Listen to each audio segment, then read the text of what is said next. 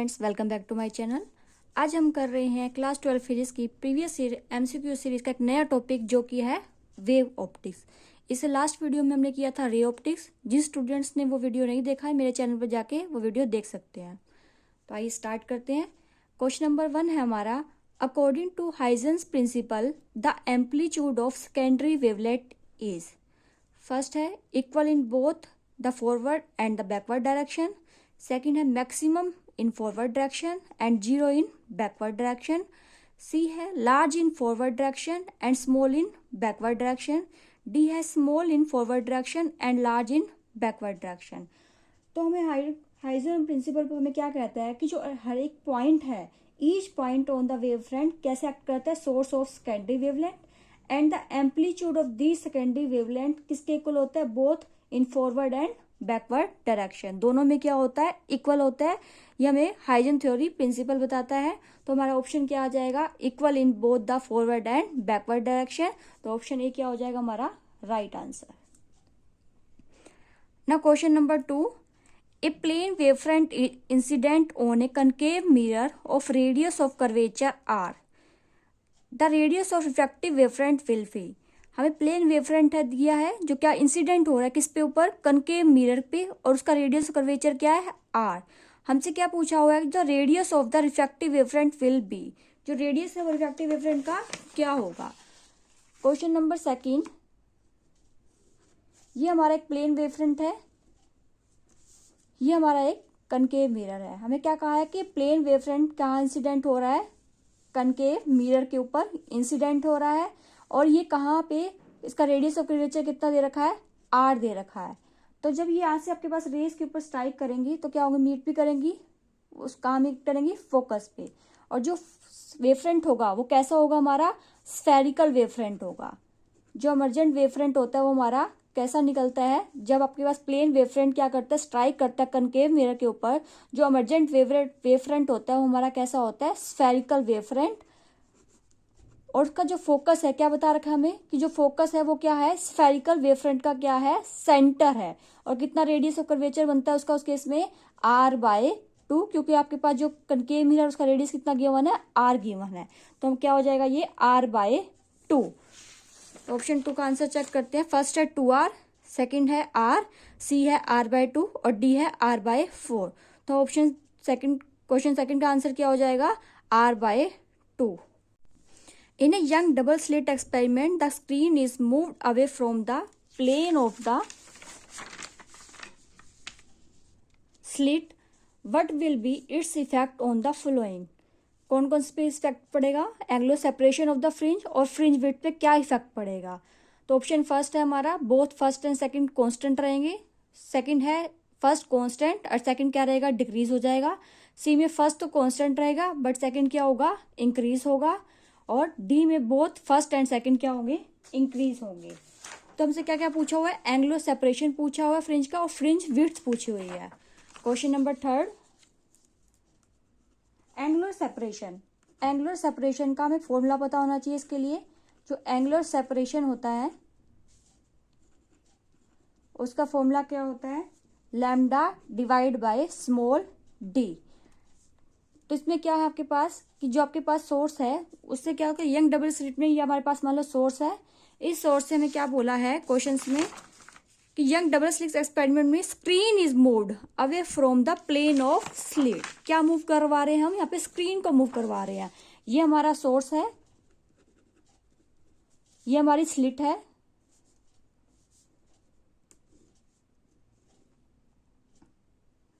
यहाँ पे हमारे पास क्या है, स्क्रीन रखी हुई है। ये हमारी क्या है, स्क्रीन। तो ये हमारे पास क्या है, स्लिट है। इस स्लिट से यहाँ तक की स्क्रीन तक की डिस्टेंस हमें पता है क्या होती है, कैपिटल डी। और जो आपके पास ऑब्जेक्ट होता है और स्लिट के बीच की डिस्टेंस कितनी है, स्मॉल डी। हमें क्या कहा है कि स्लिट से स्क्रीन तक की डिस्टेंस डी को हम क्या कर रहे हैं, इंक्रीज कर रहे हैं। तो इट मीन्स यहाँ पे एंगुलर सेपरेशन में क्या फॉर्मूला है, लैम्डा/डी। वेवलेंथ तो सेम रहेगी, स्मॉल डी भी आपका सेम रहेगा, सिर्फ हम स्क्रीन को मूव करवा रहे हैं, स्लिट को मूव नहीं करवा रहे। तो इट मीन्स एंगुलर सेपरेशन क्या रहेगी, रिमेन सेम रहेगी। दूसरे पार्ट में क्या पूछा हुआ, फ्रिंज विड्थ पूछा हुआ है। फ्रिंज विड्थ को हम किससे नोट करते हैं, बीटा से। क्या फॉर्मूला होता है उसका, लैम्डा कैपिटल डी अपॉन में स्मॉल डी। अब यहाँ पे हम डी को क्या कर रहे हैं, इंक्रीज कर रहे हैं। डी को इंक्रीज कर रहे हैं, इट मीन्स हम बीटा की वैल्यू को भी क्या कर रहे हैं, इंक्रीज कर रहे हैं, क्योंकि डायरेक्टली रिलेशन है दोनों का, तो बीटा भी क्या हो रहा है हमारा, इंक्रीज। तो इसका मतलब सेकंड जो ऑप्शन है वो क्या हो रहा है, चेंज हो रहा है, वो क्या हो रहा है, इंक्रीज। और फर्स्ट क्या रहेगा, सेम रहेगा। ये सेम है और ये क्या हो रहा है, इंक्रीज। तो थर्ड का ऑप्शन क्या हो गया, both first and second constant नहीं, remain constant. First remain constant but second क्या, डिक्रीज नहीं, इंक्रीज कर रहा है हमारा। First remain constant but second क्या कर रहा है, इंक्रीज। तो ऑप्शन सी क्या हो जाएगा हमारा right answer. Now move on question number 4। In an interference experiment third bright fringe is obtain at a point on the screen with the light of 700 nanometre. जो लाइट की wavelength है वो हमें कितनी गिवन है, 700 नैनोमीटर। और कौन सी fringe की बात कर रहा है, थर्ड ब्राइट फ्रिंज की बात कर रहा है कि जो थर्ड ब्राइट फ्रिंज मिल रही है हमें, उसकी वेवलेंथ कितनी है, 700 नैनोमीटर है। हमसे क्या पूछा हुआ है, what should be the wavelength of the light source in order to obtain the fifth bright fringe at the same point. जहां पे हमें थर्ड मिल रही है वहीं पे हमें क्या चाहिए, फिफ्थ ब्राइट फ्रिंज चाहिए। पोजीशन दोनों की सेम है, लेकिन हमसे क्या पूछा हुआ, उस केस में हमें वेवलेंथ क्या यूज करनी होगी कि आपके पास क्या हो, थर्ड की बजाय हमें क्या मिले, फिफ्थ ब्राइट फ्रिंज मिले। तो आइए सोल्व करते हैं question number 4। Question number 4, wavelength हमें फर्स्ट केस में वेवलेंथ गिवन है कितनी, 700 नैनोमीटर। दूसरे केस में वेवलेंथ मान लिया हमने लैम्डा डैश, वो हमें क्या करनी है, फाइंड आउट करनी है। तो हमारे पास पोजीशन दोनों की सेम है, y3 और y5 की पोजीशन हमारे पास क्या है, ब्राइट फ्रिंज की दोनों की सेम है। तो फॉर्मूला हमारे पास क्या होता है, n की वैल्यू क्या है थर्ड के लिए 3n, लैम्डा की वैल्यू कितनी है 700 इंटू कैपिटल डी अपॉन में स्मॉल डी। इसके लिए फिफ्थ ब्राइट फ्रिंज के लिए क्या हो जाएगी 5, लैम्डा की वैल्यू हमें फाइंड आउट करनी है, कैपिटल डी अपॉन में स्मॉल डी। अब कैपिटल डी और स्मॉल डी तुम्हारे क्या रहेंगे, डी और डी, ये तुम्हारे क्या है, सेम रहेंगे दोनों ही केसेस में, सेम इन बोथ केसेस। तो यहां से हमें क्या फाइंड आउट करना है, लैम्डा डैश फाइंड आउट करना है। तो यहां से लैम्डा डैश क्या होगा, ये तो कैंसिल आउट हो जाएंगे। लैम्डा डैश इस इक्वल आ जाएगा 7 इंटू 3 2100 डिवाइड बाय 5, कितना आ गया ये 5 और 20 420 नैनोमीटर। तो हमारा आंसर क्या आया 420 नैनोमीटर। ऑप्शन चेक करते हैं, 420 फर्स्ट ऑप्शन में गिवन है, सेकंड में 750 630 और 500। इसका राइट आंसर हो जाएगा option A is the right answer. ना question number 5, in a Young double slit experiment the fringe width is found to be beta. Young double slit experiment के अंदर फ्रिंज विड्थ कितनी बता रखी है हमें, बीटा है। If the entire apparatus is immersed in a liquid और refractive index mu, पूरे के पूरे अपरेटस को हमने किस में डाल दिया, एक लिक्विड के अंदर जिसका रिफ्रैक्टिव इंडेक्स क्या है, म्यू है। तो हमसे पूछा कि जो न्यू फ्रिंज विड्थ क्या होगी, पहले हमारे पास बीटा थी, अब नई जो होगी वो कितनी होगी, ये हमसे पूछा है। क्वेश्चन नंबर 5, फ्रिंज विड्थ का फॉर्मूला हमें पता है, बीटा क्या होता है, लैम्डा कैपिटल डी अपॉन में स्मॉल डी।